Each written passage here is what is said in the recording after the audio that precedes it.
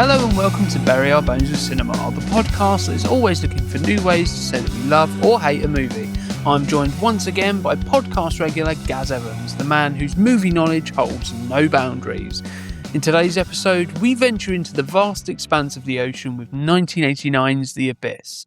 So join us as we deal with some marital disputes deep underwater, fight an unhinged Michael Biehn, and finally prove ourselves to an alien race. This podcast contains spoilers. So it was your idea to tackle James Cameron's The Abyss. So talk me through your first love or your first thoughts on The Abyss. Yeah, well, when I heard you, we must have been doing or talking about James Cameron at some point. And when Probably I heard on our Aliens episode. there you go, that'll be the one. And, you know, it's, again, for me, it's the 80s and it all goes back to, you know, my infamous childminder and being able to watch whatever I wanted because there was an older son there who just had all the good stuff on VHS all up there in a row, and it just captivated me from the very beginning. And The Abyss was one of those things, so I've been watching it since forever. And yeah, I think when people talk about James Cameron, they talk about the Terminator and Aliens and Titanic and Avatar, and eventually you get around to, oh yeah, he did True Lies as well, I forgot about that, but also The Abyss.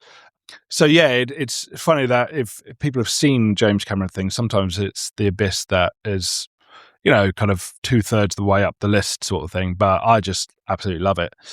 It was groundbreaking for its use of CGI. It wasn't the first to use CGI, but it was certainly the first to use it in such a sophisticated, in inverted commas, realistic way.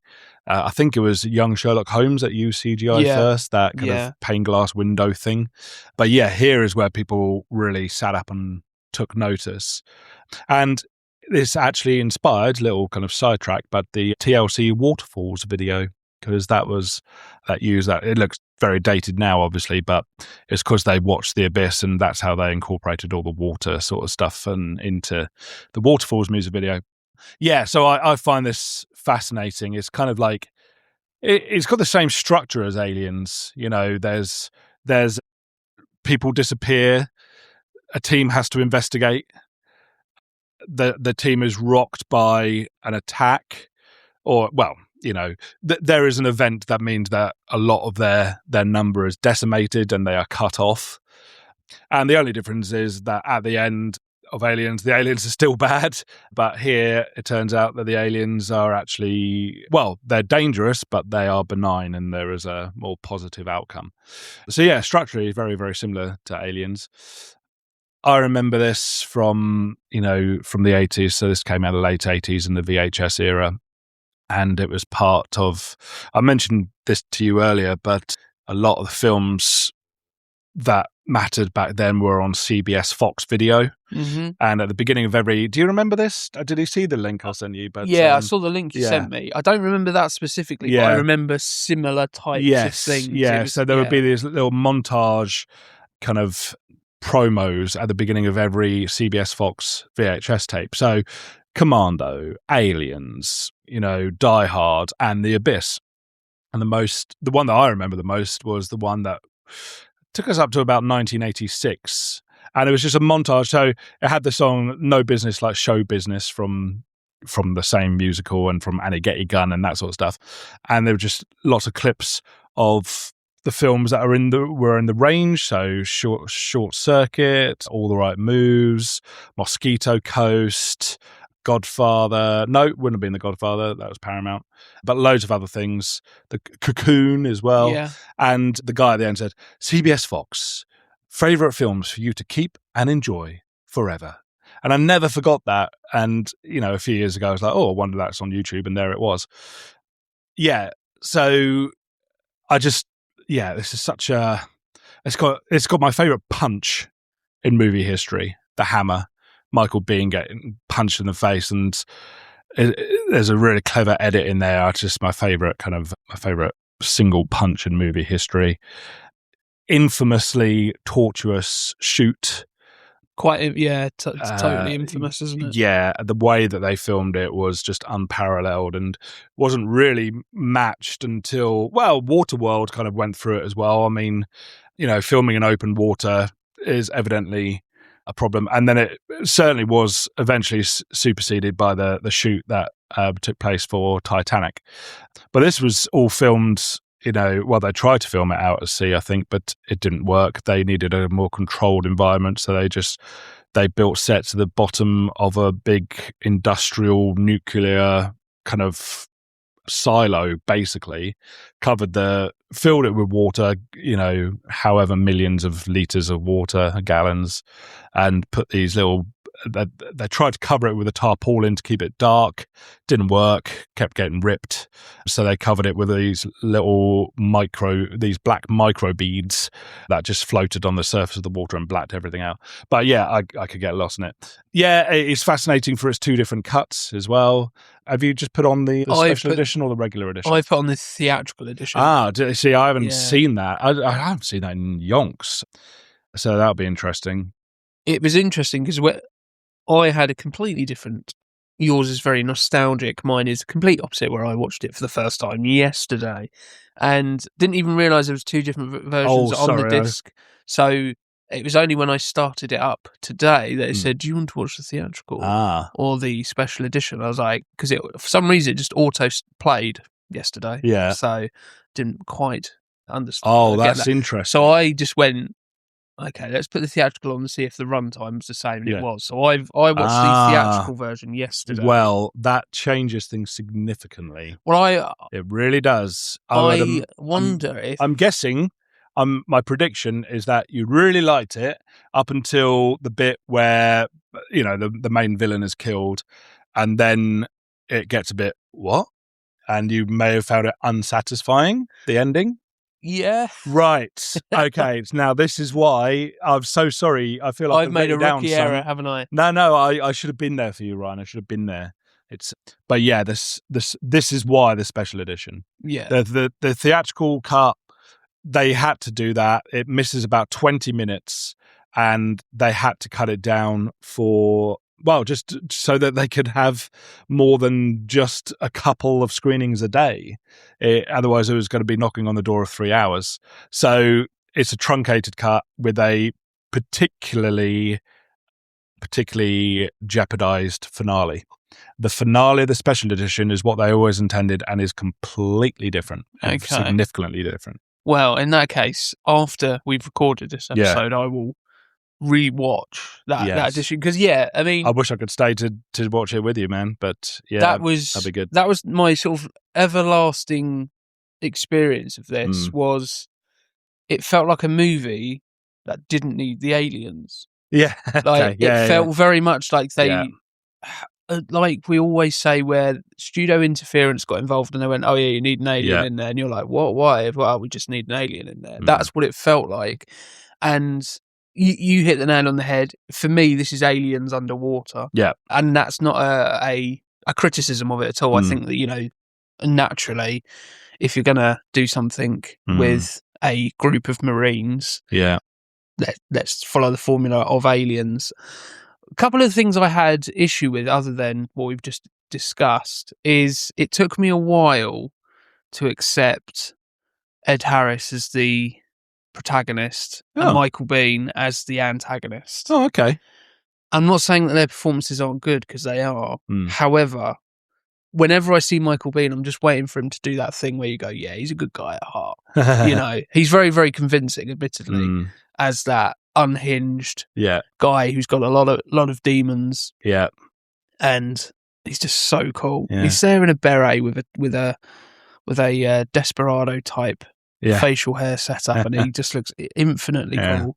Well, it's interesting. He's so I think his 4 perhaps biggest roles or most memorable roles I think it's split down the middle, because he's done 2 very, very fantastic villains and 2 great heroes. So obviously Carl Reese and Hicks in Aliens and Terminator and Aliens, but this and Tombstone has been a fantastic villain.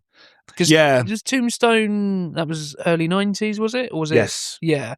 because in my head I'm going, is that just the same facial hair from Tombstone? Which is another film I haven't seen, which I need to see. Tombstone. Yeah. Oh, blimey. There are a lot of films that it's quite surprising I haven't seen. Yeah.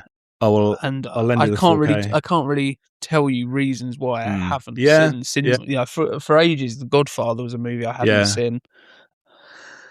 But so I think for me, because this is very, very similar in some ways, and also very, very different in a lot of ways to the film The Rock, which also has Michael Biehn and Ed Harris. Absolutely. And those roles are reversed and are infinitely, for me, more not memorable, not believable. There's a word I'm looking for and I can't think of, but I buy into that a lot quicker because Ed Harris has that. He has that. I mean, he has a charm about him, but there's a danger about him, and and I think Michael Biehn has that. I probably because for me his two most memorable roles are those Kyle Reese's and Hicks. So that was just took me a little bit of time to get on board with. I got there in the end. And, I get. That's interesting the way, but yeah. But I think also a very similar comparison to Aliens is the color palette. Naturally, if it's underwater, it's going to be quite blue in its color palette. But even some of the sweeping lights are very, very Aliens. Yes, and that's not a bad thing at all because I don't need any more reasons to watch stuff like Aliens. Oh, I'm so fascinated, man. I didn't even think about that you might inadvertently watch the theatrical cut. Yeah, I think I got about an hour and 40 in. Yeah, and then it felt like a completely different movie. Yes, it felt like what has gone on here? Yeah, like, it's the same in the special edition, but the finale makes a hell of a lot more sense of everything that's gone before, and has whether you. I'm not going to give it away because I will be. And that might be frustrating for our listeners, but I'm not going to give away the main difference, the significant difference between the theatrical and the special edition, especially in the finale. For the most part, it's like Alien Special Edition in that, there are, pockets of extra scenes here and there, and just that, don't make it a bit pacier because they're not there.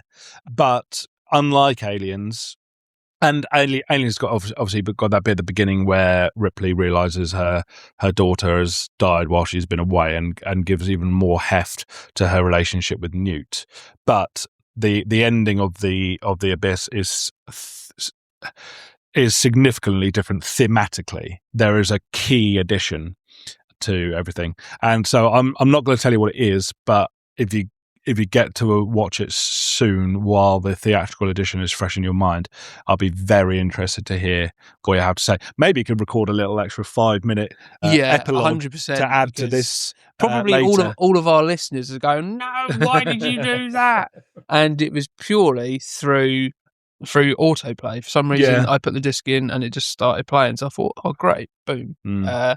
And to be honest, if I had the foresight to think about it, I might have actually said, well, look, watch the theatrical edition, then the special edition. As soon as you started saying it, and as soon as I saw it this morning in prep for the episode, I was like, probably should have watched the special edition. Maybe that's why Gasbix is so good. And I vaguely remember you saying about the special edition. Yeah. But of course, for some reason, that totally slipped my mind. I think we should also say that this is in the UK, this is the 4K, and it's a European version because it's not on 4K distributed in the UK.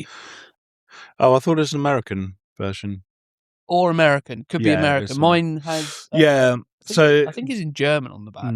So you know why that is? It's because of the rats. The rats, yeah. So there's a scene, obviously, infamously in The Abyss, where they appear to drown a rat in this experimental fluid, which is a breathable liquid fluid, which is a real thing.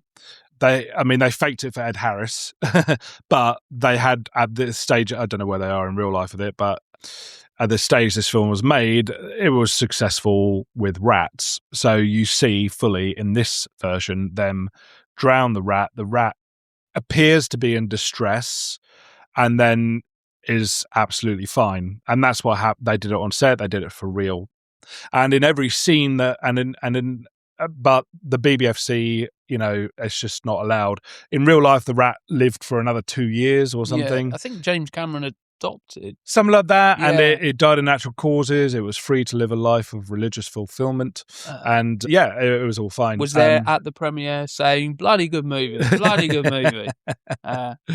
A little I mean, tots. yeah.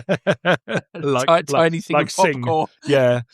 But no, the BBFC to this day, no, it's not allowed. We're not showing, what appears, cruelty to animals or an animal in distress.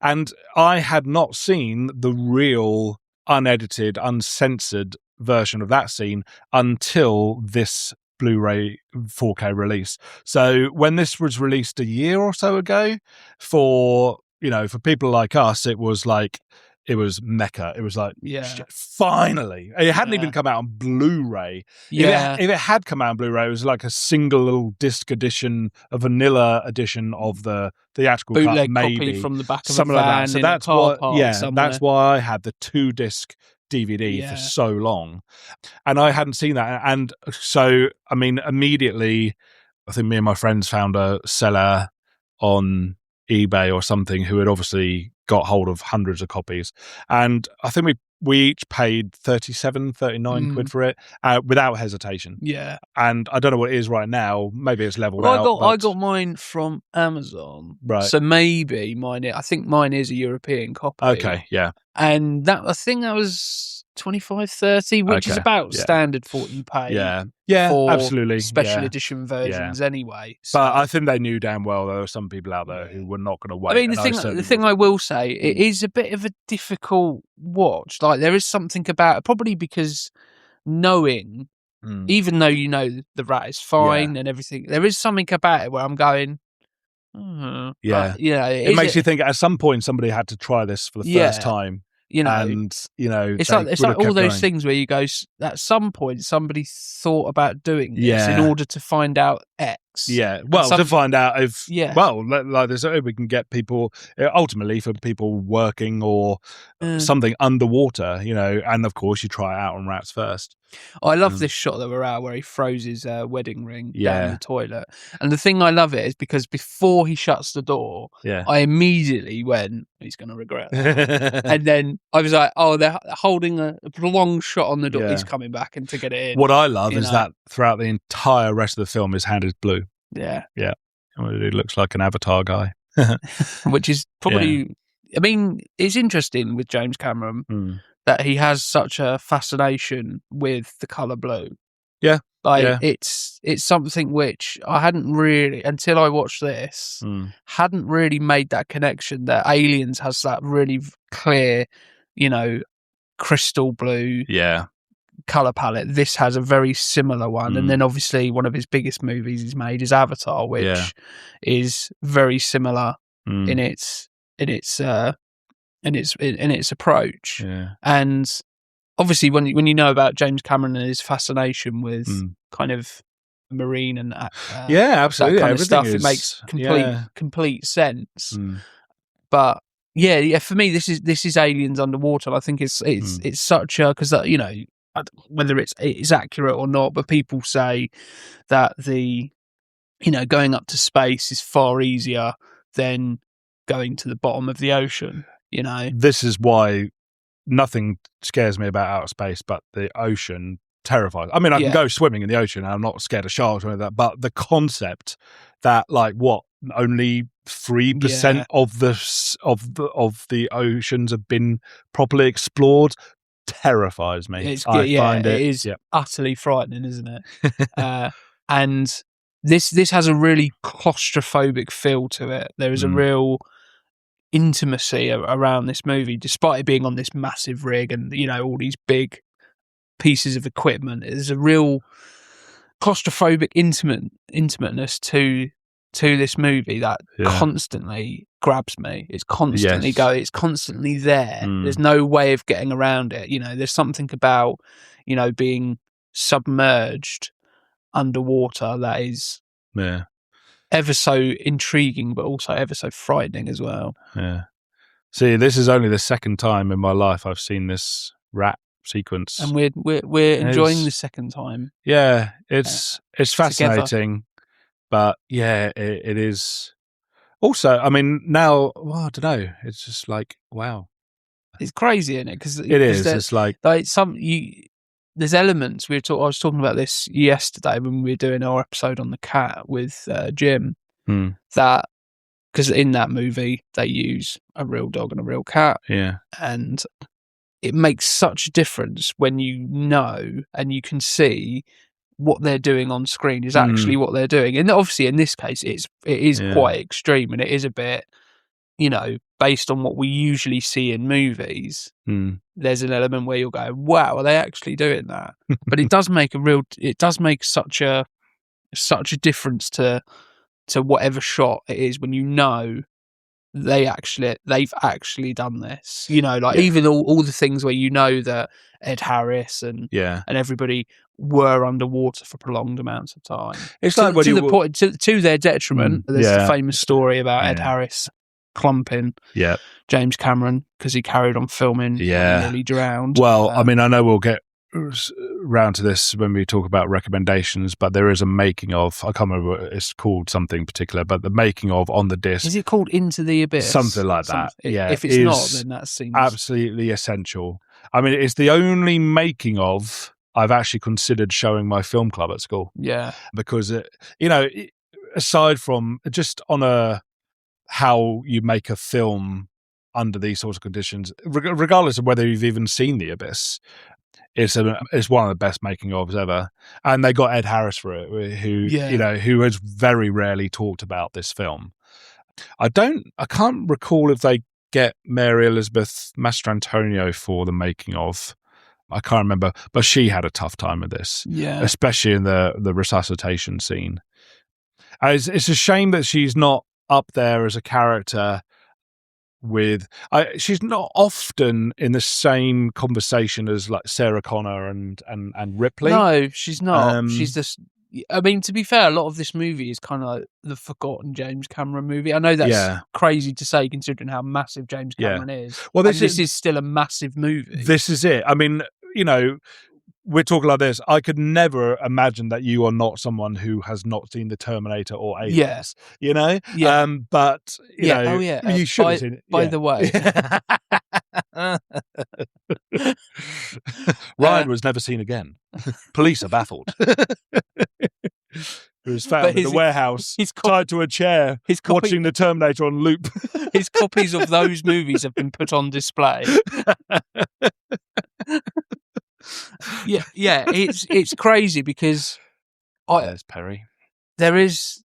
James Cameron is obviously a massive, massive movie maker, but you don't really hear people talk about The Abyss other than people who are like properly into movies, like yourself and Jim, who does the podcast, always talk about The Abyss. Yeah, everybody talks about Terminator, everybody talks about Aliens, and this is the one that kind of because other than this, it does just go Terminator, Aliens, The Abyss, doesn't it? Then Terminator 2, True Lies, Titanic, and then he did a bunch of Titanic documentaries, and then it was Avatar. Which is crazy, and when you've got such a small amount of.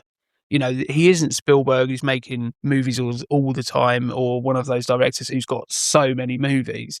He's only got a handful of movies, a bit like a Tarantino, who is very selective about the movies they choose to do.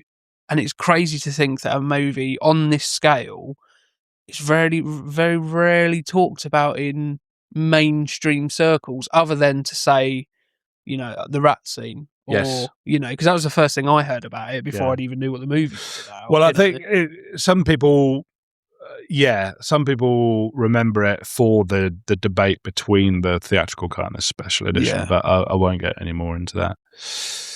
I was just mentioning, I don't know, well, I also remember having the adaptation.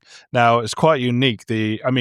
the 80s and 90s, the 80s especially, the tie-in novelization was a big thing. And there were often, these sorts of films often were adapted by Alan Dean Foster.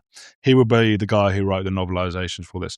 But the adaptation of The Abyss was written by Orson Scott Card, who is quite a big sci-fi writer in his own right. He did Ender's Game and a few things like that. Yeah. And uniquely, it is a full-on, novelizations of films were normally, a couple hundred pages, bigger type, and, that sort of stuff. But this was like a full-on 500-odd page, full-on novel, if you will. And James Cameron actually did an introduction to that book. So that's worth looking out for. Surprisingly, it's not that much on eBay. I'm tempted to kind of get it again. But yeah, that's...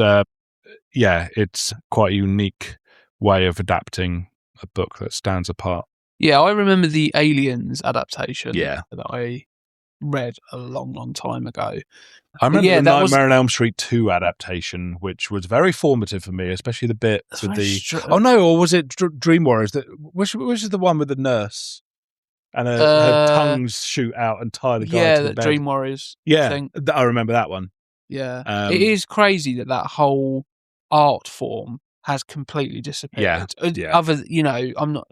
And movie websites as well. Yeah, it's it's crazy. It seems so many, now let's get the book of the movie. Yeah. Yeah.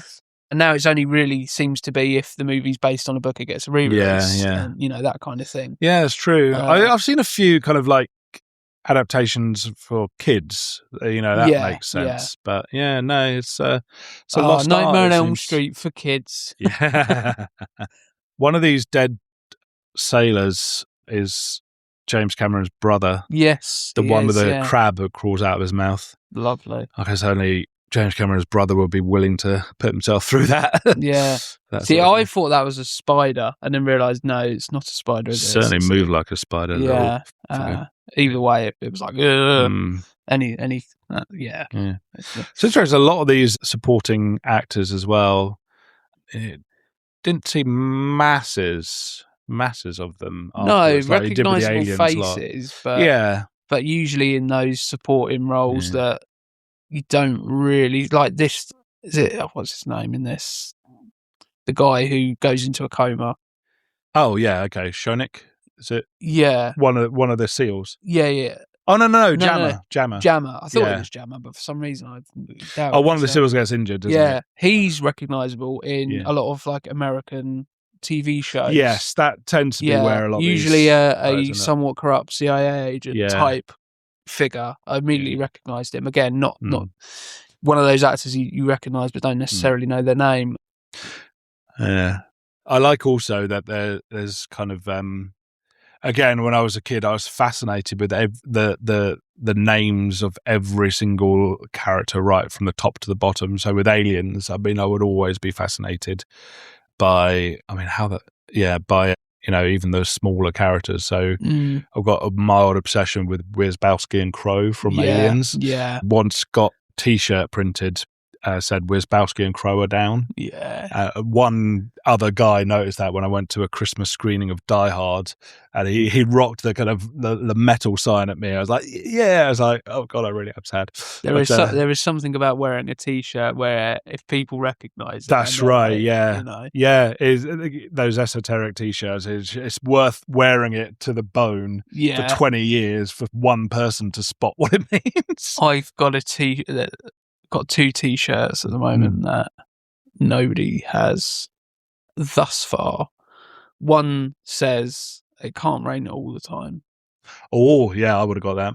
I mean, it does have a picture of the titular character as well. And then another one it's called Samara's Video Rental Store. And yeah, nobody has clocked those. That's because I haven't seen them. Exactly. Unfortunately, they're in the wash. Otherwise, I definitely would have worn them. And I've got. I have a podcast one. Kevin Smith's friends, Brian Johnson, and they play Steve Dave and the Fanboy in Mallrats, and so their catchphrase is "Tell 'em, Steve Dave," and they made a podcast of that. It also involves Q from Impractical Jokers. I've had one person at a Deftones gig spot that. This American woman realised. I've also got one that says Patterson Spence Muse Barge on it, and they are the Tom and Jerry animators. Yeah, Who pop I up wouldn't have in got the that best one, ones. Yeah, admittedly. that no one has ever got. But I like in this that there's equivalent. So Dietz and McWhirter are the Wierzbowski and Crow. Yeah, there's just of something this, about and one called Perry as well. the 80s Mm. and ensemble casts that had clearly defined characters, you know, with really cool sounding names. Obviously, Cameron's good at that. Yeah. Aliens is the Great, the yeah. absolute Yeah. pinnacle of that, you know. But I've always wanted to ask how he comes up with those surnames, because they're not afterthoughts, are they? No, they're not. The fact that all of their initials, the characters' initials in Aliens, are the initials of the actor playing them.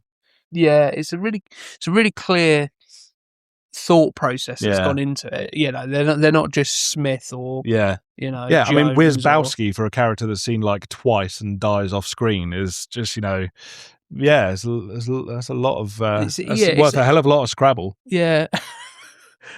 And it's so, and you definitely get somebody saying that's not a real word, and you'd be like, actually, yeah. Well, I'm trying to make it a thing. I'm trying to generate this around the world. That, you know, a very, very minor character is part of a team or an ensemble in a film like this is a Wierzbowski. Yeah. So, like, well, you'll know this because of wrestling. You know, did you used to call them little men? No. It's not what it sounded bad, but I remember in regular kind of, you know, you'd get, I don't know, and now the 2-time Intercontinental and 3-time World Champion Ultimate Warrior, and now from Iowa, Keith Robertson, and he's wearing blue pants, and that's it. Yeah. So we would call them little men. My group of friends, at least, they were the little men. They were the no-name kind of regional things who were there to basically be attacked and pinned within 2 minutes. Yeah, the two official terms, depending on which side of the fence you sit on. So the somewhat derogatory term, or it's only derogatory because of what it means, but jobber. Jobber, gotcha. And then the other one that is more recent is enhancement talent. Which to me feels incredibly patronising. And there was even a great. There was even such a long way round to go to not be offensive. Yeah, there was a stable in the late 90s that had Al Snow, Big Show, and Mankind that were referred to as the Job Squad. Right. Because they were always the people who were. They weren't Job. Well, Al Snow a little bit, but certainly not Mankind and Big Show. But they weren't what you would call the guys who were always going to go and get the win. They were the guys who would put over the Stone Colds, the Rocks, the Triple H's. So, yeah, it's funny how. But I've not heard the term little men. Yeah, and we didn't grow up that far apart, did we? So it's interesting that, you know, I don't know, these little pockets of expressions and regional expressions for these. Yeah, we would call them little men. Funny. And a Wierzbowski is definitely a term that I will be getting well, on board with. Let's talk again in 10 years and see how far that is. Yeah, listeners, if you could help us out. Absolutely. If I hear that in general life, then I'll be like, I know where that came from. Yeah. And I know the man who started that trend. Yeah, well, I'm a teacher, and I mean, there's always like groups of boys especially who go around and be really loud and annoying, and there'll be 2 or 3 main kids and everyone else who just follows them like ducklings, and that kid at the back is a Wierzbowski or something like that. Yeah, let's make this a thing. And I mean, going back on the old wrestling terms, you've got I think a lot of time with ensemble things, a lot of people see them as, and you may get this term, but the Marty Jannetty of movies sometimes, whereby for those who aren't wrestling fans, there was a tag team in the late 80s and early 90s called the Rockers. One of which still remember their theme music. Yeah, what a theme tune that was. Was that it? Yeah. Oh wow. You're taking me back. I can't tell you what I did last weekend, but I can remember that from 30 odd years ago. About a good theme tune. Something about a good theme tune. Yeah, so there was a tag team called the Rockers, and it consisted of Marty Jannetty and just a small-time wrestler called Shawn Michaels. But at the time, they were a tag team, and they were somewhat successful until about 1992, where they decided Shawn Michaels was going to be a singles performer, and basically they split the team up. Yeah. And what ended up happening was Shawn Michaels became one of the biggest stars in wrestling and one of the most talented, and Marty Jannetty didn't really do much. They had a rivalry for a while. Yeah, didn't that they? is I the brief remember rivalry. that. I felt bad about that. It's like, And actually, Marty Jannetty has had quite a lot of difficult times recently, and just they in all general end up with some kind of issue, don't they? So when you say, oh, he's the Marty Jannetty, it is a derogatory term, unfortunately, but it means that, you get those two people that group of people, and you get the one that becomes really, really successful. And George Michael and Andrew Ridgely. Yeah, although he always was never bothered. He was far more blasé about it. And it's that kind of thing. In racing, wasn't it? I think it's so easy to completely disregard the work of ensemble actors. Yeah. And I mean, I've recently, at the end of last year, was in a play where I played a character who was definitely one of the I don't like using the term, but I had the least lines out of the thing, and everybody would look at that character and go, "There's not really much there." But whereas I always look at it and going, "Well, there's a reason this character is in here. You may not have a lot of lines or a lot to do, but it's important for the narrative, for the function of the story, for the entertainment value of whatever it is you're watching." And you've got that in abundance in a lot of James Cameron movies. He's fantastic at building great lead roles, and then putting in these pockets of great, Xander Berkeley in Terminator 2. Yeah, absolutely. It's fantastic, and he's in a scene or two. I will die on the hill that his death in Terminator 2 is amazing, and that image is screen burned into my brain. It's amazing. Jeanette Goldstein. See, if I'd done that with Hannah, she'd let that slide. But you picked me up on that thing, and I hold you to a higher standard, right? Yeah, and that is exactly why you are the perfect person to talk about movies with. Jeanette Goldstein. She is very rarely. I don't think I've never seen her as a main role in something. But she's always supporting amazingly. And I felt, to be quite honest, I've very rare. Well, apart from Lethal Weapon 2, I don't know if I've seen her in anything other than a James Cameron film. She was in Titanic. She was in Terminator 2. She was in Aliens. I think you're right. Oh, sorry, Near Dark. But that was that's Catherine Bigelow. Yeah, that was as closely linked to James Cameron as you could probably get. Yeah. And that was just after Aliens, and that's why her and Lance Henriksen and Bill Paxton are in Near Dark.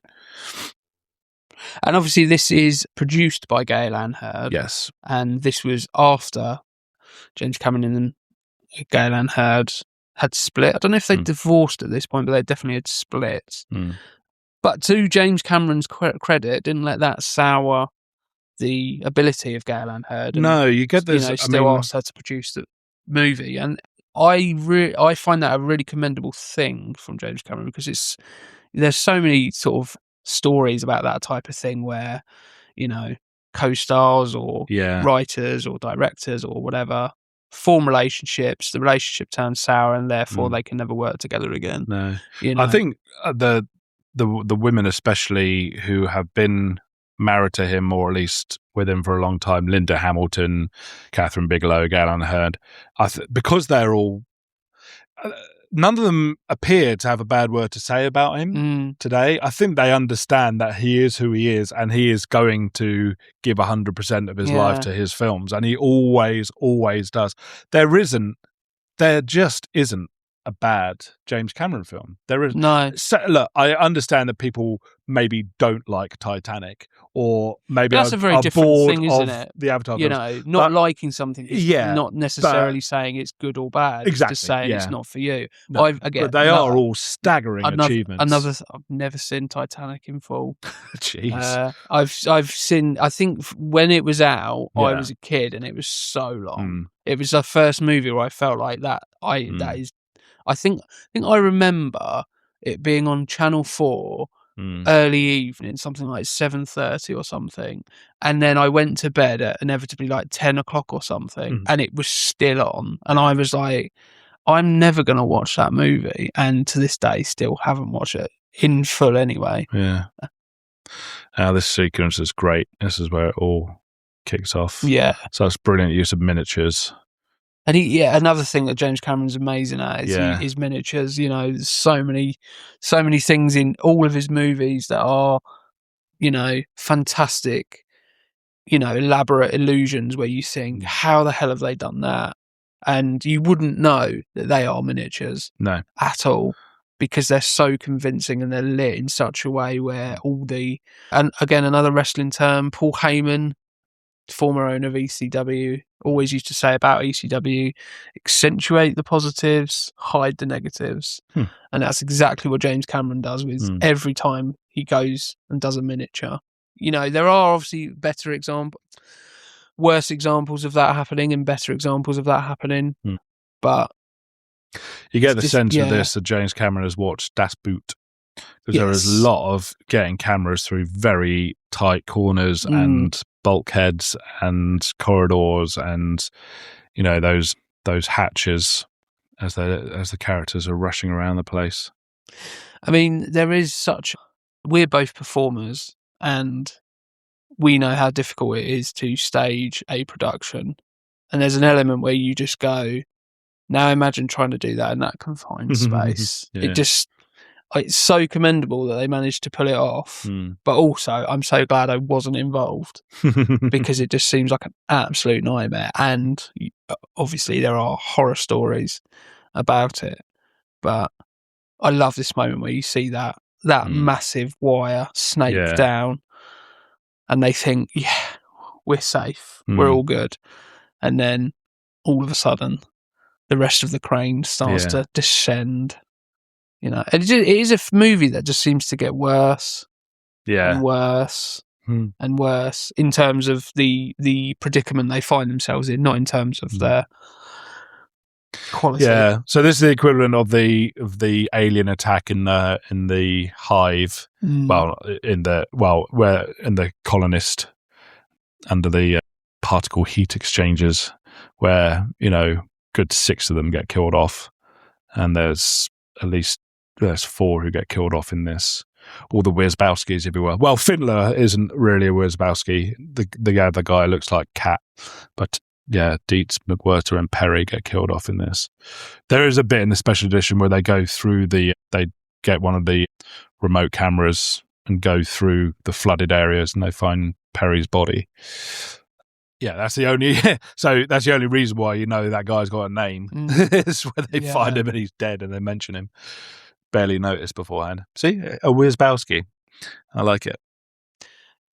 It's so good, this scene. Yeah. To see the music as well. Yeah. Alan Silvestri, let's not forget. Yeah, it's such a good score. Such a good score. I mean, when I was watching it yesterday, I had the window open and I live on a fairly busy main road. I had the fans going because it was quite warm as well. So I had to turn the volume way up to get the dialogue in. And then all of a sudden this big booming score would come in every now and again where it was like totally took me by surprise. But it's such a good score.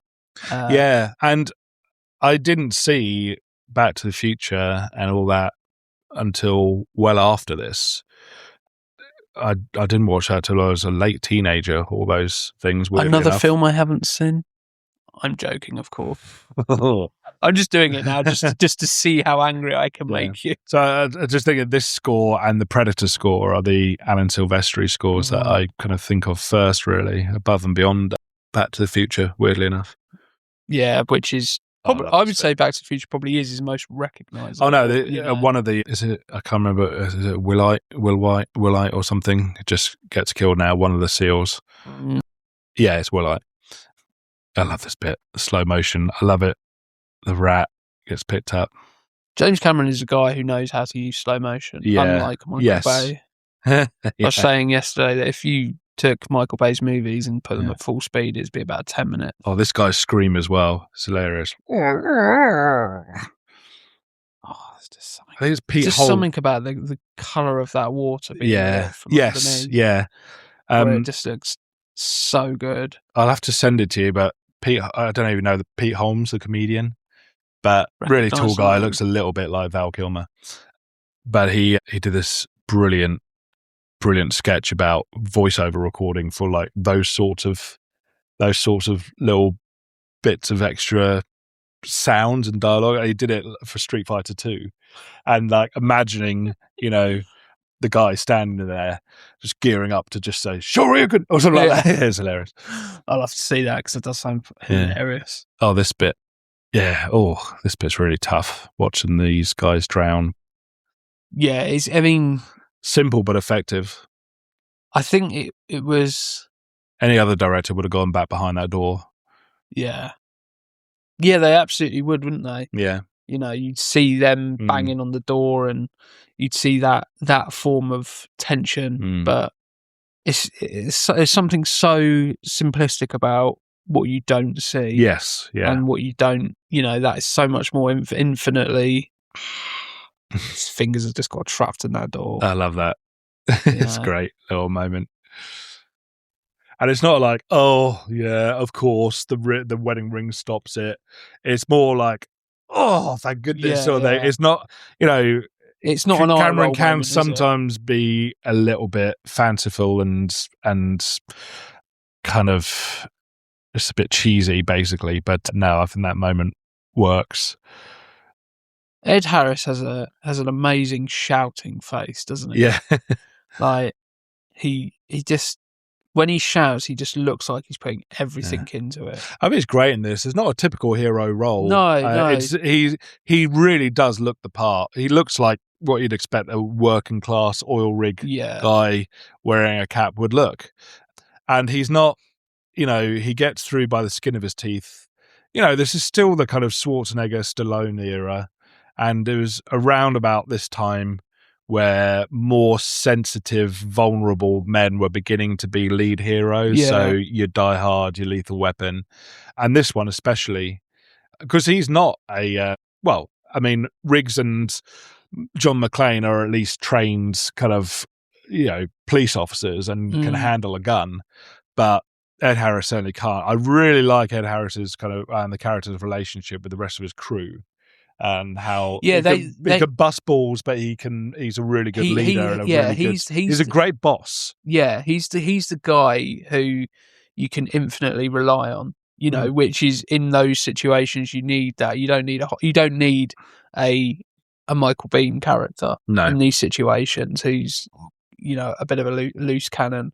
Interestingly, it's funny you should say, he's not your typical lead.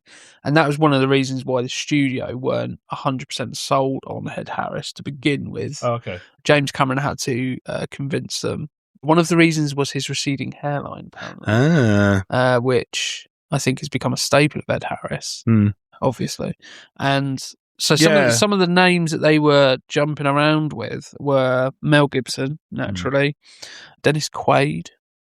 He might work, actually. William Hurt, Harrison Ford, Kurt Russell, and Patrick Swayze were all names that. I don't see Swayze for it. Yeah. But Kurt Russell, yeah. I think Kurt Russell would be a bit too cool. Yeah. Like I'd believe it, but he would be a bit too cool to be an oil rig worker. Do you know what I watched again on 4K the other day? I watched it with my daughter Lily for the first time. Is Breakdown. That is a great little movie. That is really good. Is a good and movie. yeah, Kurt Russell.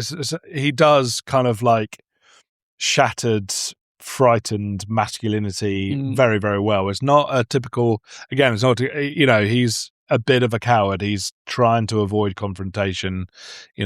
Trying to is trying to, in that film, kind of display, especially when he's around JT Walsh and the more masculine blokes, he's trying to display masculinity as he's been trained to display.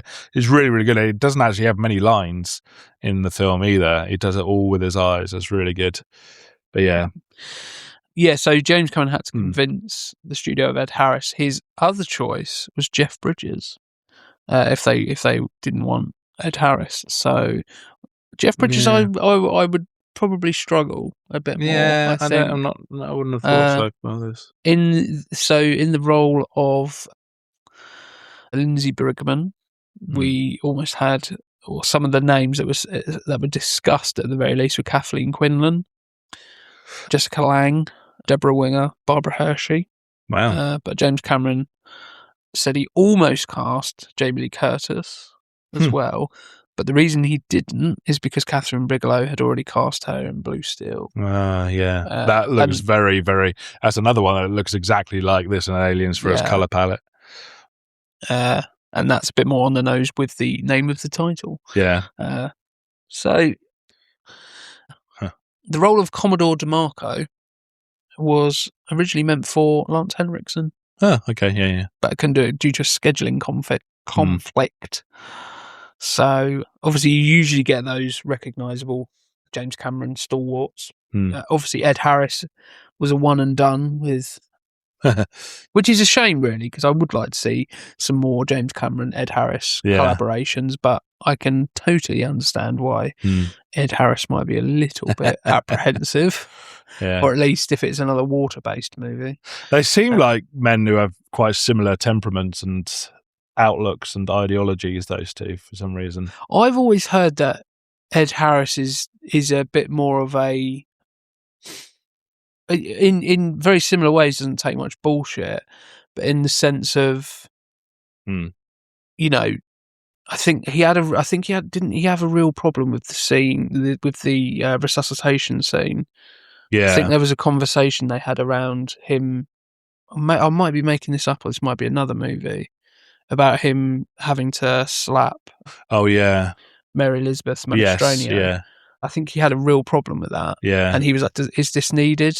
Yeah, and I think he obviously was eventually convinced to do so. I might be making that up because I think it probably would have been. She was certainly very uncomfortable having to be kind of exposed in that way as well.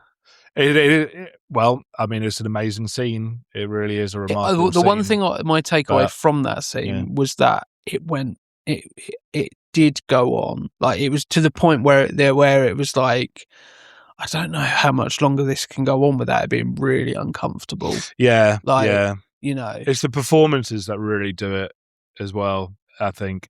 And again, like you said, the supporting cast around them, brilliant. They feel like co-workers. They really do feel like they've been together for years and years and years between them without any of it being explained, or you get the intricacies of their relationships. Well, really interestingly, clear. I just saw that there was a cut. There was where you see Ed Harris and one night by the pool there, and she's kind of fixing something with a wrench.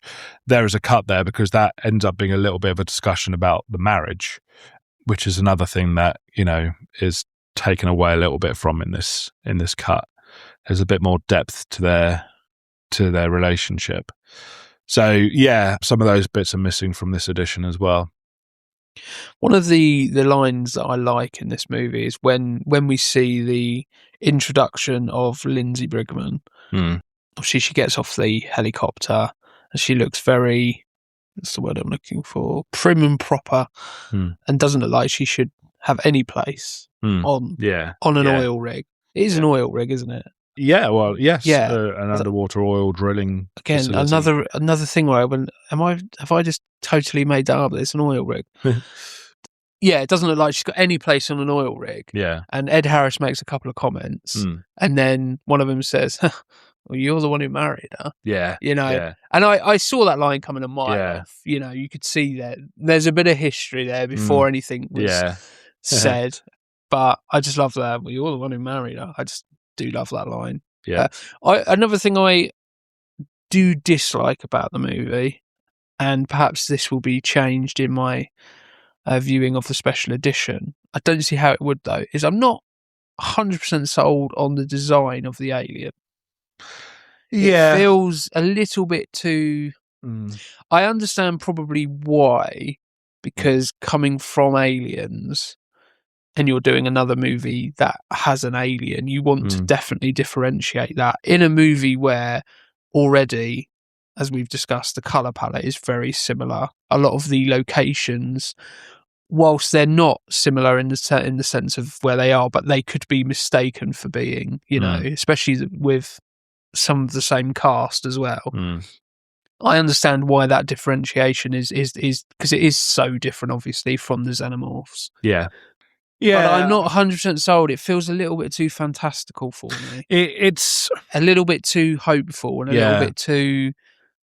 I think it's just nice and pretty and... Yeah, you know, well, a bit too Disney, I think. Yeah, this is the thing with this. I mean, at this point, you know, James Cameron had made two very, very hard sci-fi, really quite, on the surface of things, quite masculine, very tactile, physical, violent sci-fi films, albeit with female kind of protagonists.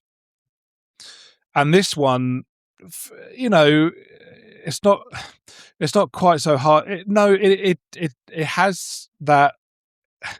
It still does have that physicality and that kind of technical sort of kind of landscape thing going on. And there, you know, there's the stuff with the nukes, and there is a bit of violence. There's a bad guy, and those sorts of things. But I wonder if I think people found the fusion of this kind of hard nuclear thriller with an all of a sudden quite benevolent, nice alien sort of thing, like you say, and especially in this theatrical edition, it is kind of tacked on. But even in the special edition, the film comes to a natural end with the threat of the nuclear bomb and the threat of Michael Biehn is eliminated, and still has half an hour left. Yeah, and that's where you're like, well, I've got what I've wanted to get from my James Cameron movie or my standard kind of action sci-fi film. And then it goes on to a different direction, and it becomes, a seemingly very different thing. And Lindsay gets sidelined. She's basically wrapped in a blanket, talking into a microphone for the rest of the film. And Ed Harris looks quite bemused for the rest of the movie, and it's like, oh, where did this come from? It doesn't really need it. Now, again, in the special edition, there is a lot more to the finale, which does change things and includes a very, very famous special effects sequence, which, again, I'm not going to tell you because I really want you to see the difference. But yeah, I don't know if it's not satisfying enough for people who like, you know, your E.T. and your kind of your Cocoon type movies, and it's not quite up there for those who like their Aliens and Terminator, because it's a bit of a blend of both. Yeah, it feels very much like if they'd have just called it some marine species that we hadn't discovered, I'd be much more, because that's what it feels like, much more than alien life. To the point where when we do see the massive spaceship, underwater, whatever you want to call it, I'm a bit like, what? What? This? Where? How has nobody seen this? I think people have said, this is why Spielberg works so well. I mean, you know, this can't compete with E.T. It can't compete with Close Encounters, especially because most of the film hasn't really been about that anyway. It definitely felt like a subplot that was kind of, as you say, tacked on. Yes. Like I think if in this theatrical version, if you take all of that out of it and that's it becomes, I think, a much better movie. Yeah. Obviously I will reserve my full-on judgment until I've seen the special edition version. Yeah. But it feels like a much better movie. When Michael Biehn comes out of it, I'm like, what are we going to do now? Yeah, like, there is a natural tension that's taken away. Yeah, there's no there's no jeopardy. There's no, Yeah. obviously, well, the jeopardy comes more from nature, I Mm. suppose, but it feels very much like I think because of the length of it, I find it, a little bit more difficult to stay completely focused on it for the whole time. So I kind of missed why they needed to go down and get the nuclear weapon. Yes. Yeah. Yeah. I'm sure there's a perfectly valid reason, but in my head I'm going, can't you just leave it there? Yeah. Like, yeah. obviously, probably, maybe not the wisest move, but if you're going to die, maybe wait until you can get somebody who's not going to die to go get it. That's how I kind of thought about it. But yeah, so it is. But yeah, by this point, this is where I'm starting to get on board with Michael Biehn as the clearly bad guy, because as soon as you see him, that he they're going to have a different mission to what they're letting everybody else know. Yeah. I mean, he's been quite indelible as a wonderful, quite sensitive hero and savior in Terminator and Aliens. That here it's all of a sudden you're like, don't want him to be a villain because you want him to be Hicks or Carl Reese. And this isn't criticism, but because it's so close to those performances, like in another world, this could be Hicks. In another world, this could be Carl Reese. And, almost in a one push too far, and this is what either of those characters become. Because of that, I think that's why it took me a little bit longer to get on board. But he's perfect. The performance is great. As soon as you see him, and towards the beginning of the movie, and you see his hand has that shake and that tremor, you just know he's really it's going to come back to bite him. And something so cool about his sweaty sort of nature and the way his hair falls looks infinitely cool. His bug eyes in this, and the way he says about face as well, doing about face, he just can't hold on to his it. lack of ability to properly look somebody in the eye, in contrast to Mary Elizabeth Mastrantonio, who does not break eye contact. No, simple tiny things that if you go and watch this in a cinema and you just want to be entertained, you're not going to be picking those things out. But when you sort of look a bit deeper, you go, that's why that scene has so much tension, because there's an element of this character of Coffey that you just know he knows, am I doing the right thing here? But he's not able to see, for whatever reason, he's not able to see where he's going wrong. Yeah, you do see that, especially towards the end. You see that there's before he drops off the cliff, if you will, and to his death. The way he reaches out to and so does she. They reach out to the glass to each other as if to say, "We know this wasn't you. We know that you are." Getting pressure sickness, and you are just going completely round the twist. See, it's weird. Until you've just said that, I didn't really even pick up on that. It being pressure sickness. Well, whatever it is, it makes total sense in my head. I always, I say always. He's kind of off from the beginning, though. To be honest, isn't he? Saw it. Has something happened previously on a previous mission that's affected him? Obviously it's not really explored, particularly in this version. I'm not sure if it is in the special edition version, but almost like I just wanted a scene or something. Maybe that's the exposition in me. Maybe just a scene up top saying, maybe we shouldn't have set him down after what happened in 83, something like that. Yeah. Just to... Yeah, sure. But pressure sickness makes much more sense, considering... Well, they mentioned that they spotted his shaking hand and that sort of stuff. Yeah. It can be read as just, paranoia of the Soviets and that sort of stuff. That's one thing I kind of disliked about the ending of this theatrical version, is when they do return to the surface. Yeah. And they're like, hey... They must have done something to us. We didn't have to decompress. And it was like, that just feels like such a cop-out. Yeah. It felt, and it feels like we've only got 5 more minutes and we've got to film something quick. Yeah. Just say that, rather than it being a thought out and considered thing, which obviously it is a thought out and considered thing. I don't think many things in movies are just throwaway, particularly not. Well, James it's just Cameron. another way to show their control. Well, again, that does make more sense when you see the special edition. Yeah. Yeah. As I say, I'm probably saying all these things and you're going, no. I've not been in this situation before. It's you know, you don't get that much anymore, do you? Where you like compare versions. It seemed to be in the 80s and 90s. There were so many movies that had completely different versions. You know, it was a thing. It was a big event. Whereas now it's like the movie you get is the movie you get. Well, you know? I think the best example of more recent times is Kingdom of Heaven.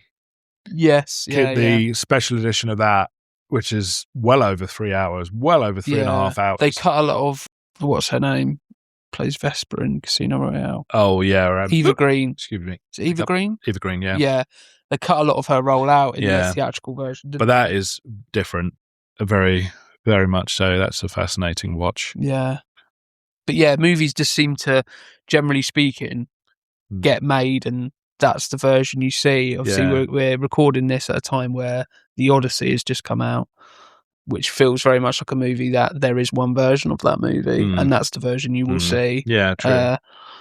So, yeah, I'm fascinated by that because it's the same movie, but it's not the same movie. You know, I spoke about this yesterday as well with the recent loss of Sam Neill, and he says about when they were making Event Horizon, which is a fantastic movie. Yeah.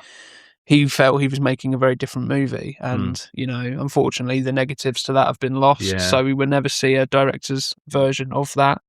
But that becomes a very different movie, and there are countless examples of, you know, this is the movie that the studio wanted to release. This is the movie that I wanted to release, and they're completely different. Yeah, it's very interesting actually. You know, you come to mention it, there are no director's cuts, if you will, of Christopher Nolan films, are there? No, I think Christopher Nolan is, for better or worse, whether you like his work or you dislike his work or whatever, is very much a person who gets exactly what he wants on camera. Yeah, you know, he particularly does, as I say with The Odyssey, there are some, like I was telling her, we've booked in to see it on my birthday, and the fact that every shot that they do, or everything they filmed, had to be in 3-minute stints. Yes, that's right. Is incredible to create a movie that is obviously nearly 3 hours long. Yeah, and also to come in under budget and 9 days early. Yeah, in a day and age where everything overruns, everything costs more.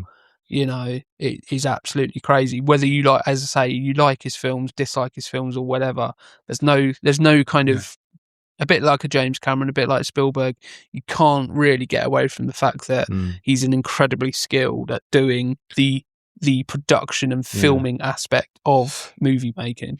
But it's fascinating that, you know, he makes 3 hours. What, Oppenheimer was nearly 3 hours? Yeah, I think it was about 3 hours. Yeah, and Oppenheimer did not feel 3 hours. It didn't. Because even Ridley Scott, he doesn't have the privilege of getting films that are too long into this. He's got, you know, special director's editions of everything, and he's got the power to perhaps go back and actually toy with his films and say, well, if I had the time, this is what I would have done.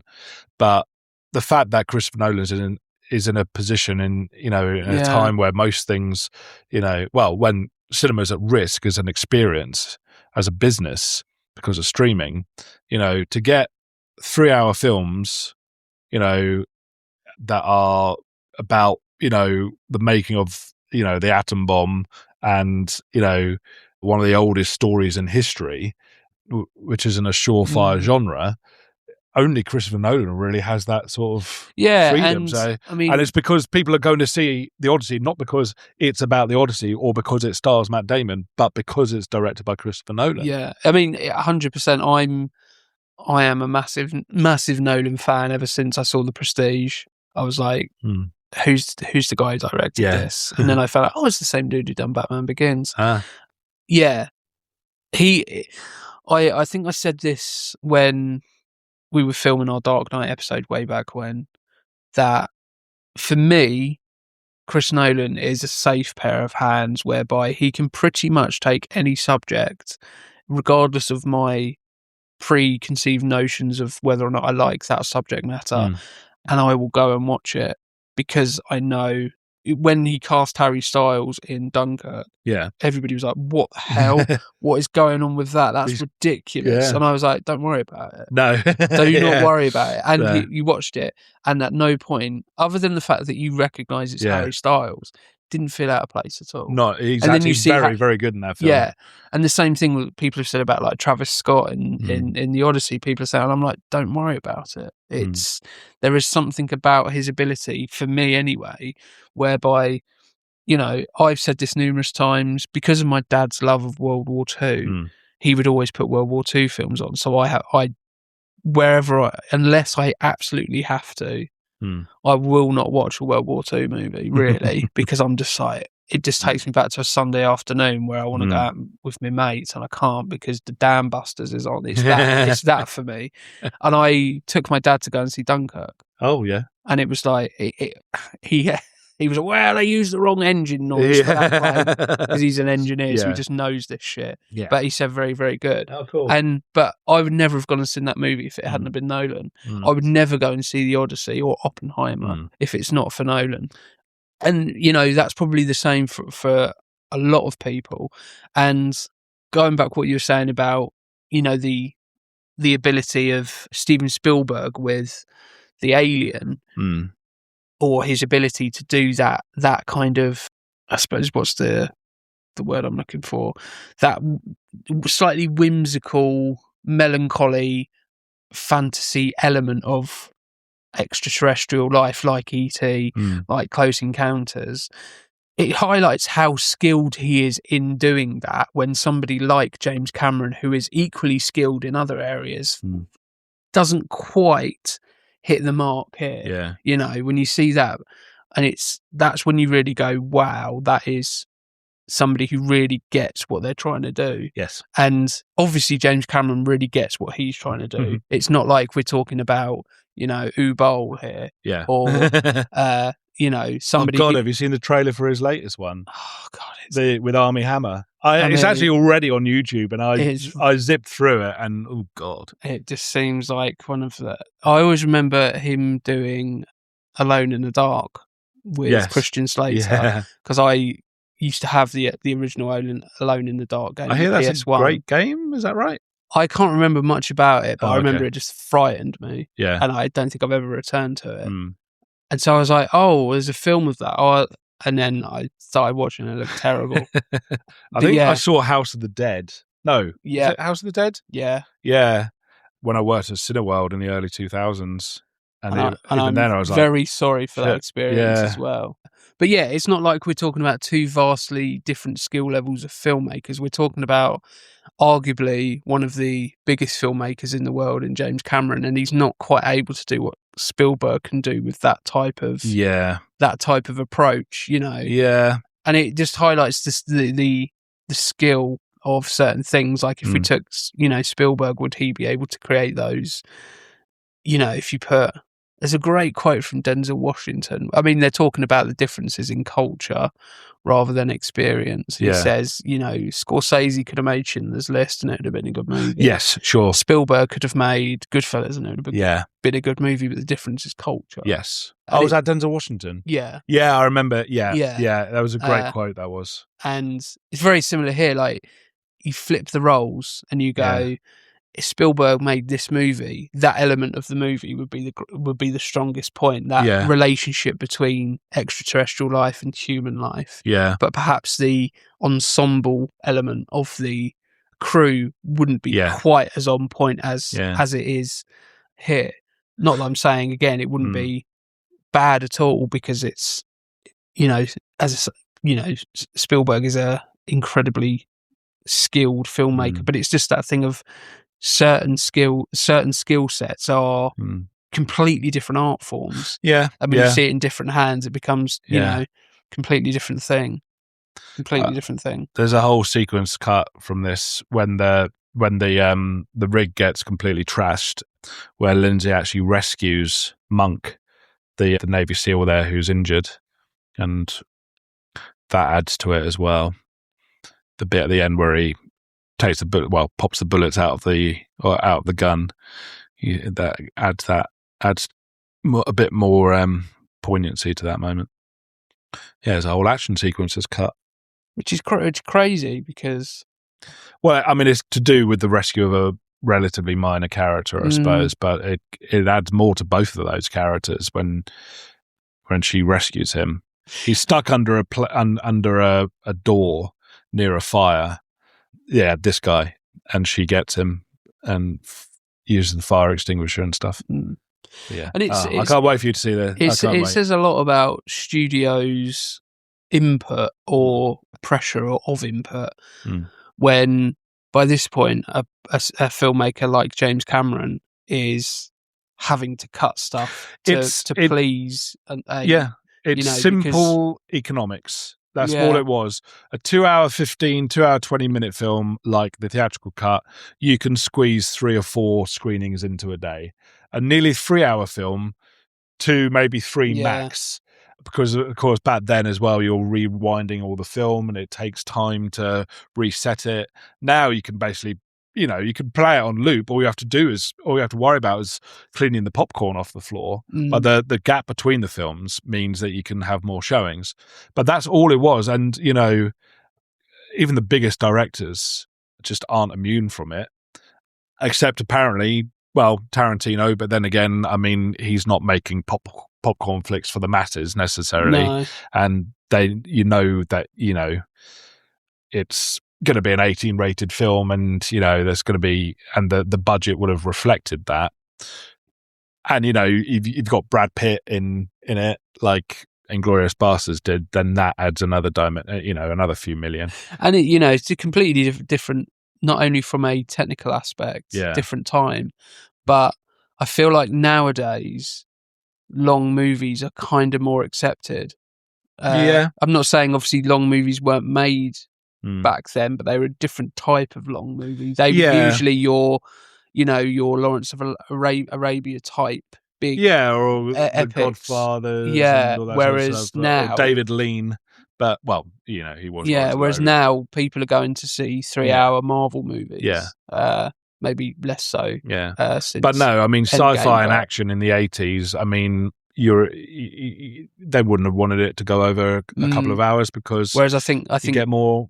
I think people are much more on top of that economic aspect. People are much more willing to sit through a 2.5 to 3 hour sci-fi movie or action movie because audiences are a little bit more used to it, which is crazy to say in a day and age. I mean, where, although those films got longer and longer and longer. Yeah, and it's crazy to say that in a day and age where, we have things like TikTok and things are very much geared towards 2 or 3 seconds, getting your attention and then moving on. Well, this was the worry, because I mean, I've been taking my daughter to the cinema for a long time, and I remember getting so pissed off because we went to watch Batman Returns. I was like, oh, she's going to love it.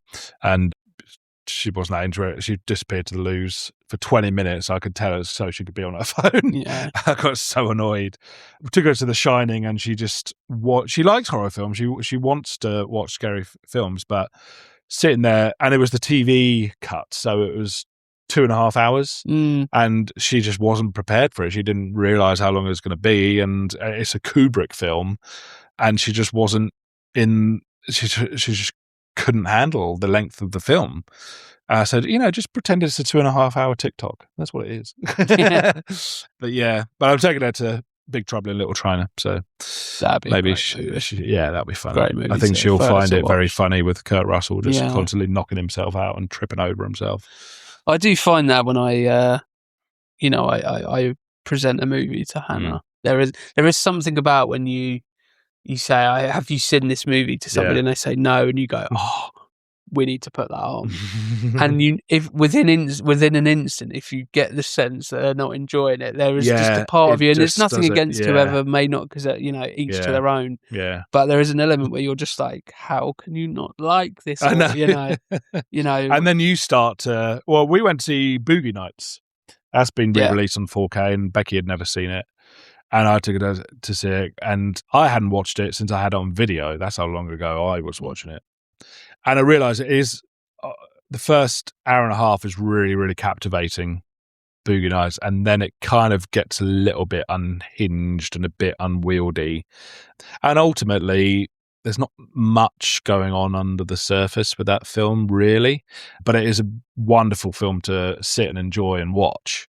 And I could just feel her not quite getting it or realizing what the hell this thing is, which has got funky kind of diegetic dance sequences 1 minute and then violent shootouts with John Woo style guns. The next is like, what the hell is going on?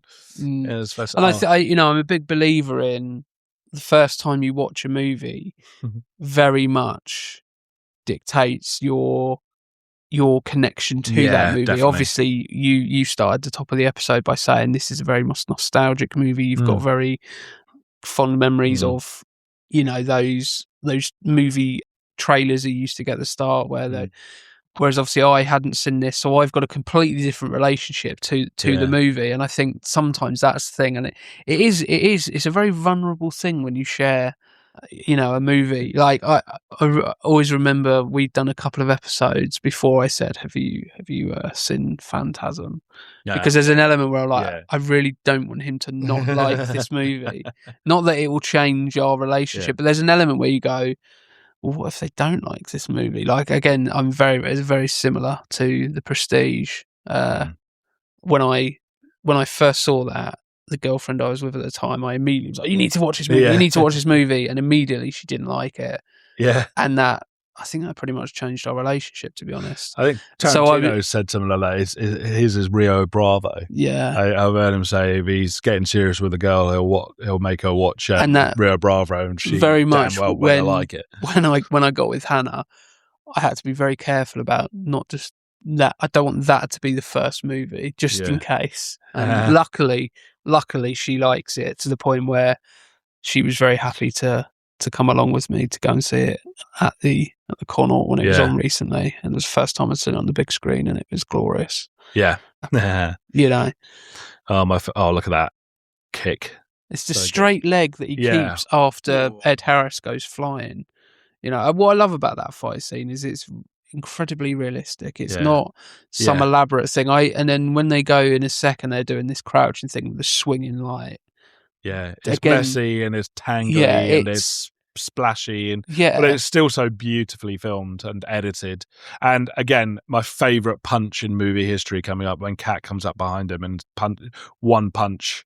It's set up earlier as foreshadowed, isn't it? He talks about the hammer and what he does. I mean, well, I love the editing is beautiful. It's so smack, and the sound effect of the punch is gorgeous, and the slow motion as his head snaps back. I mean, it was a stuntman, but as his head snaps back and he splashes in the water is so pleasing. And I've seen this in a few other films, and I've seen this done in more James Cameron films, is at the point of impact, the punch, as it sounds, if you watch very carefully, Cameron put in a single frame of pure white screen, so it's startling. Yeah, and you can see it if you look for it.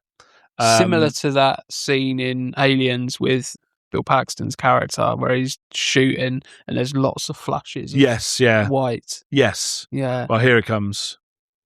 Did you see that little flash? Yeah. That is so good. It's great. It's so effective. It's like a concussive kind of whack on the audience. I love that moment. And there's great. There is that look. And I love that he's just like, yep, I'm out of here. Yeah. There's that look where he's going, I always say, if there was going to be a line from, is it the hammer? Yeah. He would say, the cat, but the hammer is the punch. He would say, you done did fucked up now, boy.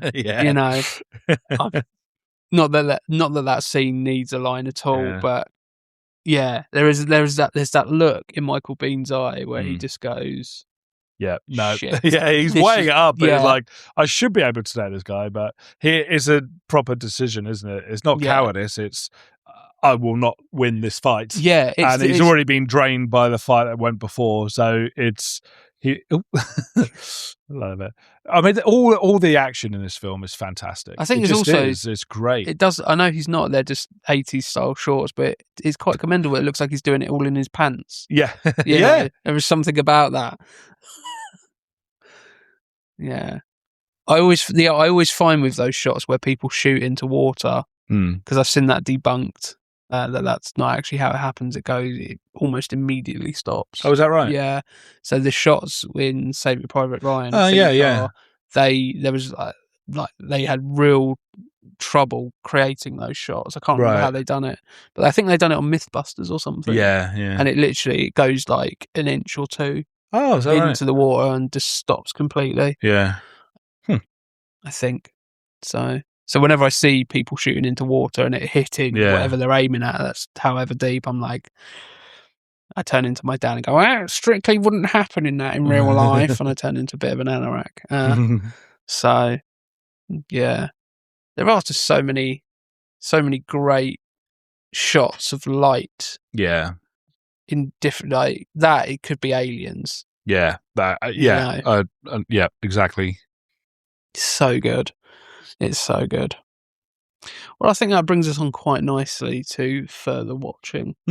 So I've got some films, apart from two, which we've mentioned, which is The Rock for me, and that's mainly because to see the roles reversed between Ed Harris and Michael Biehn.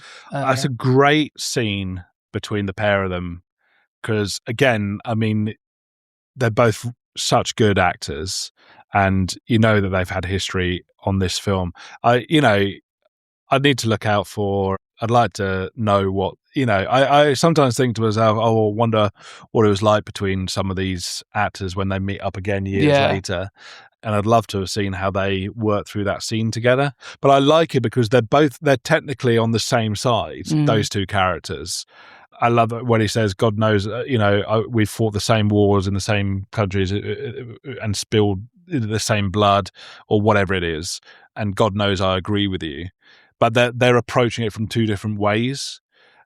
And it's quite a upsetting scene, really. It's, but no, you're absolutely right. That was like the last kind of, because there were some Rock posters, theatrical posters with Michael Biehn on the cover with the three others. Really? So it was like Sean Connery, Nicolas Cage, Ed Harris, and Michael Biehn. He was above the title for The Rock, which I thought, oh, cool, because you just want Michael Biehn, you just want the best for Michael Biehn.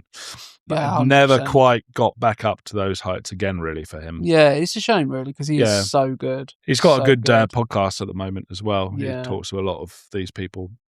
The Rock. I wonder if when they meet up, they've done I think it was a comic relief thing when Game of Thrones was in its massive heyday, and Alfie Allen walks into a rehearsal room, and Ewan Ryan is there. Oh yeah, and they obviously play. Oh yeah, Enemies, Theon Greyjoy and the other one, Ramsay Bolton. Ramsay Bolton. Yeah, so there's that image where Alfie Allen's face just drops. And there's a moment, and then they go, "Hey!" and then they go and embrace. And I wonder if it's a bit like that with Ed Harris and Michael Biehn. Yeah, so that's one that I would definitely. I mean, it's a great movie, irrespective of that role reversal, but definitely go and watch that anyway. Contact. Yep, it's one. The Deep, which I think was very much a lot of the underwater sequences were inspired by The Deep. One thing James Cameron said is that he underwater sequences in movies were generally terrible other than The Deep. Great.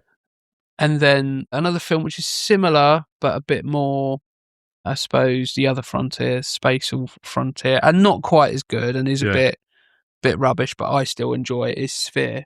Oh, okay, yeah. I think I only saw that once or twice. Yeah. It's a a little bit more, I'd call it poor man's Event Horizon. Yeah. And a bit more, less horror, more thriller, but I still enjoy it. Yes. So those are my further watchings. How about yours? So just like in 1981, there was a whole load of werewolf movies like American Werewolf in London and Wolf and The Howling.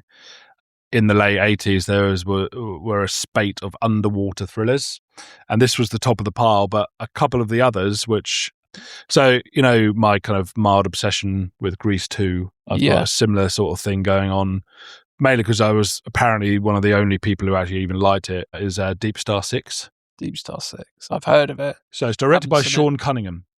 Friday the 13th. Exactly, yeah. It's got Greg Evigan from My Two Dads, and it's a funny one where there's this actor who's big on American TV called Taurine Black, and he's top billing. And he does a Tom Skerritt and gets killed off about half an hour into the film before things even kick off properly. And it's just come out literally a couple of months ago on 4K in this country. Matt McCoy's in it, and there are some fantastic deaths in it, including a death in a decompression chamber when someone goes up too early, and that person is Miguel Ferrer. And there's a wonderful, gross sequence where he starts basically folding in on himself. Yeah. Do you remember the cover? Yeah. Great movie. Yeah, Miguel Ferreira. Yeah. That's George Clooney's cousin. Sadly, no longer with us. And obviously, RoboCop and Hot Shots Part 2. War. It's fantastic. That guy. Yeah, absolutely. Yeah, that's really good. That's basically Alien Underwater. I've got it if you want to borrow it, and I've got it on I think a German Blu-ray, but eventually I'll get it on 4K. But I've bought it so many times, I'm like, this is getting a bit silly now. And the other one from the same sort of time is Leviathan. Literally, just type. We're about to say, yeah. So that's again another one I've not seen, but that one's quite difficult to pick up on. It is. I was hoping it might be on Disney Plus because it's a Fox. I think that's going to have to be a DVD. That's Peter Weller and Daniel Stern. Yeah. Richard Crenna. Yep. Amanda Pays. Yep. And poor blinking Ernie Hudson in that. He basically survives it, and then the creature comes back to the surface for one last scare. And he gets killed off right at the end. It's like, oh, why not have him survive? His death isn't even that great either. It's just like gets picked up by the monster and crushed and yeah, Leviathan. So that's George P. Cosmatos, I think. Cosmatos, the guy who did Rambo 2 and Tombstone. Another one that I've just seen, which is slightly more B-movie-esque, is Deep Rising. That's good fun, that film. First time I watched it, I didn't like it because I had seen, and I'm just showing you I don't know what version of that, but that's the poster that I saw, which makes it look really very different, based. And so I was watching it thinking, what the hell is going on here? And then I saw the DVD cover, and I was like, that explains that movie far better. It does. And I do think sometimes you have to know what you're getting into before. I was looking at that and thinking, that's a pretty poor kind of poster, but actually that is a shot from the film. That's Tree Williams, Fam Yankson, Anthony Held, Kevin J. O'Connor, great sort of, that's the kind of movie where it's just popcorn movie. You just put it on and it just entertains, that kind of thing. Now, one thing I picked up from this sequence, or the sequence here where where Lindsay drowns or allows herself to be drowned so that she could be resuscitated later. And I've never spotted it, but on YouTube, unless it's a myth, because I haven't actually watched it back, but there is a bit in this when things are getting really intense and the water's nearly up to their necks, where you actually see the lens of the camera being wiped by the cinematographer with a full-on hanky or something. Well, not a hanky, what am I talking about? It's not rag. But, to keep the water off the lens. Could you imagine? A very expensive movie camera. It's like, has anyone got a hanky? I don't know why I said that. But I'm going to keep an eye out for it because as it gets into, you see it happen, and I've watched this 100 times or more and I never spotted it. And it just goes to show how intense and so well calibrated and emotional and just claustrophobic this is, that I'd never picked up on it. Well, it goes back to that skill and craft thing of, whilst that's obviously, if it is in here, something which isn't supposed to be in there, but it's very similar to editing and when to put a cut in and when to cut away from something. So Hard Boiled is a great one, which has a really extended long shot. And there is one cut in there, but it's in a place where you don't notice it because you're doing what the characters are doing and taking a break from everything, Yes. That's where they that whole long take which weirdly has the music from Predator 2 in it.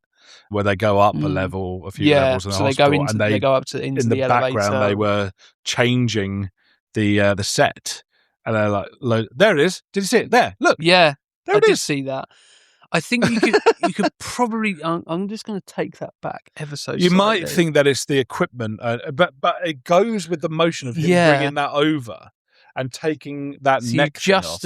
You just about get it. Yeah, I mean, it's as clear as day when you think about it, but it's amazing. Yeah, and I think probably most people see that because there is quite a lot of stuff kind of like moving from side to side. Yeah, and you've got the shimmering of the water, so it's easy to miss. But yeah, and I think that is crazy, isn't it? And I bet James Cameron absolutely hates that. Well, I don't know. Maybe he's quite proud. I would be quite proud that. Yeah, he seems like a kind of guy who that would really annoy him. Yeah, based on what we know about him. But yeah, I suppose he might be playing a big elaborate. Yeah, but it just goes to show that the editing, the camera work, the set, the pacing, the performances, the props, the costumes, everything working together to the point where you don't even notice that the cameraman's wiping the lens. Yeah, that just goes to show. Well, certainly one thing that I will be doing in the coming days is certainly rewatching the last hour. Probably, I'm just trying to think of a time if I got time to watch the whole thing again. But I would certainly be watching the special edition version. Yes, because that for me, I'm not saying I dislike this movie. I definitely didn't hate it. No, but there was definitely a point where I went, well, okay, what are we doing here? Yeah, and that's where I disengaged. Yeah, and it is just around the point that I was about to call him Hicks then, where Michael Bean's character Coffee. Yeah, as soon as he kind of comes out of it, it becomes a slightly different movie. I think I'm still with it. This whole sequence is brilliant. At this point, I'm still with it because there's that element of peril. But beyond this, I think it's as soon as he starts. I think it's just after the resuscitation where I'm like, oh God, what else is there? And in my head, I'm going, why have we only seen this alien once or twice? And although I would be moving her out already. It is harrowing. It's so well done. I think what sells it for me is Ed Harris. Yeah, his reactions are. There's an element of calm about him, and then there's that realization. And although why he's waiting for her to drown? I mean, drag her straight away. Could have been 20 feet done by now and saved a minute. And he goes to that amazing Ed Harris scream face, which I love. Thanks for tuning in to another episode of Bury Our Bones with Cinema. We really appreciate you joining us as we deep dive into the world of film. Be sure to follow us on all of our social media pages to stay informed. You can find us on YouTube, TikTok and Instagram at Bury Our Bones with Cinema. You've been listening to Jimmy Murphy, Gaz Evans and Ryan Etherington. We will see you next time for more cinematic discussions and hidden treasures. Until then, don't forget to keep your bones buried in the world of cinema. And